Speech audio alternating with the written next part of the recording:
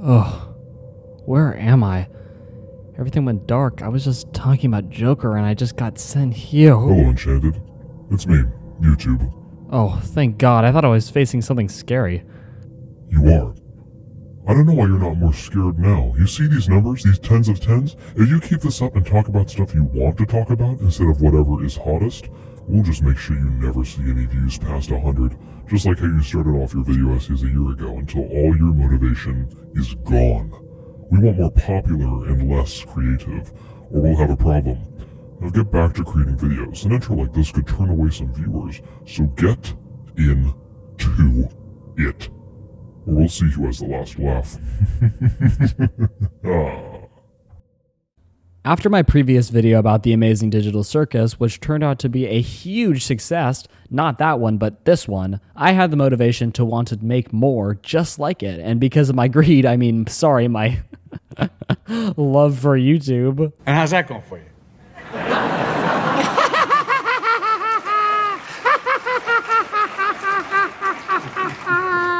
I felt as if I should make this.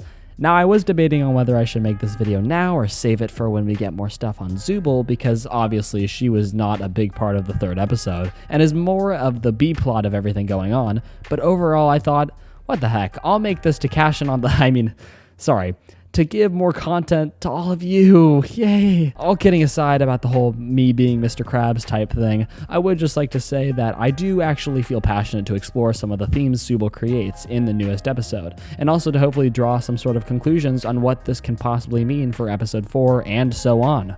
Because although it's a B-plot, there is still a lot to dive into that isn't a part of the immediate obvious.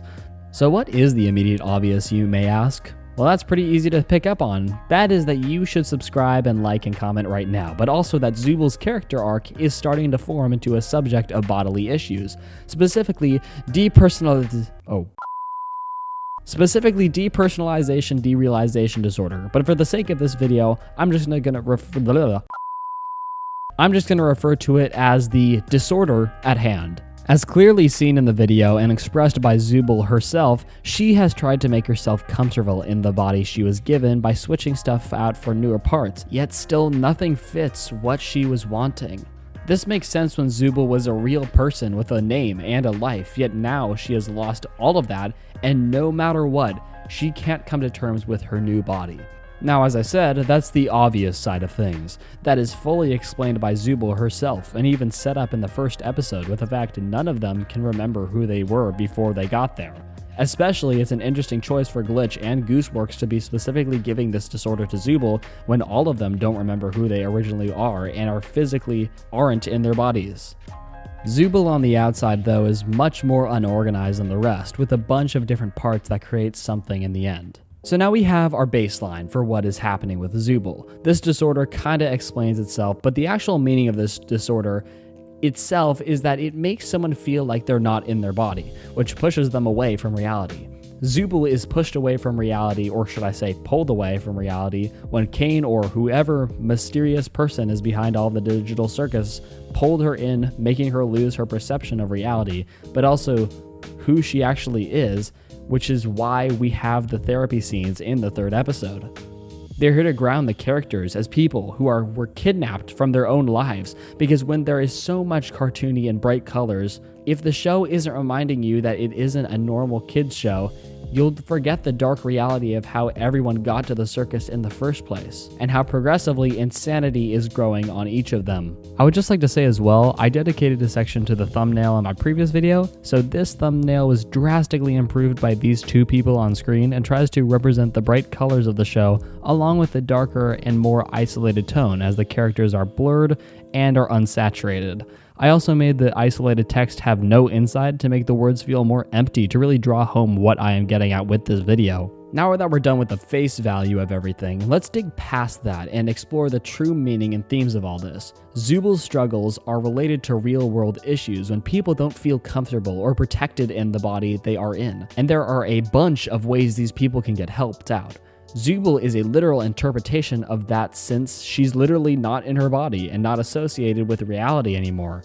What's good about this is Gooseworks has full control over the story and will be able to probably ground Zubal more of a character, like how the show expanded on Kinger in that episode. This one was a little bit of a tease for what is to come, to center this more on the inner workings and to make some bingo cards for what the next episodes will be like. Zubal's disorder will most likely grow when she continues to fall down the path of not knowing who she is. This could lead the show into showing the progression and possibility that the show might tackle more themes like depression, as Zubal can never get what she wants because nothing fits her needs. This could also lead into two different futures, one being that Zubal will eventually be encouraged to find the love inside of her body, because no matter what, at the end of the day, everyone is beautiful and deserves to feel at home with themselves. The second possibility is that Zubal will go through some changes, meaning that they might be able to find her a new body, which will make her happier, or maybe even figure out a way to escape the circus and allow them to return to their real lives, which will make Zubal feel at home once again.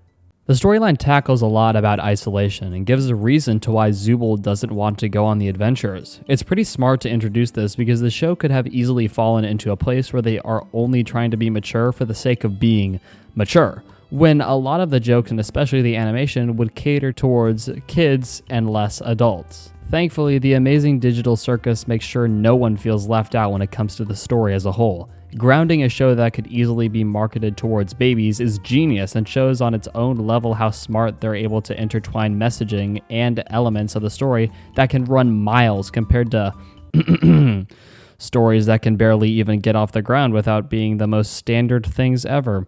Something I think about is how powerful animation truly is, and Glitch knows this. In a world where animation is dwindling down to a specific demographic, creativity and messaging is lost. Like if you compare something like Inside Out 2 and The Amazing Digital Circus versus Despicable Me 4 and Kung Fu Panda 4, which ones are you going to walk out of and have it stick in your head longer and allow you to think about how you can apply its messaging to yourself and the way you live your life?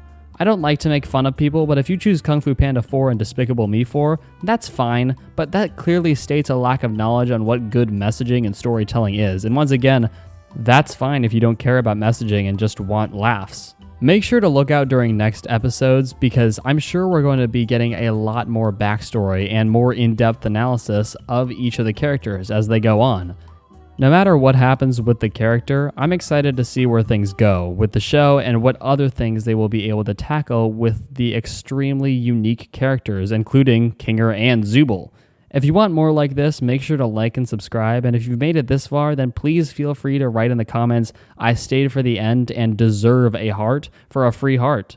Anyways, with all said and done, please don't take a lot of what I said in the back half of the video as anything that's not supposed to be taken too seriously. I'm just trying to break a video down that simply breaks down a character in a show that YouTube Kids and DeviantArt do a lot with. Thank you everybody for watching. I'm Enchanted. Bye.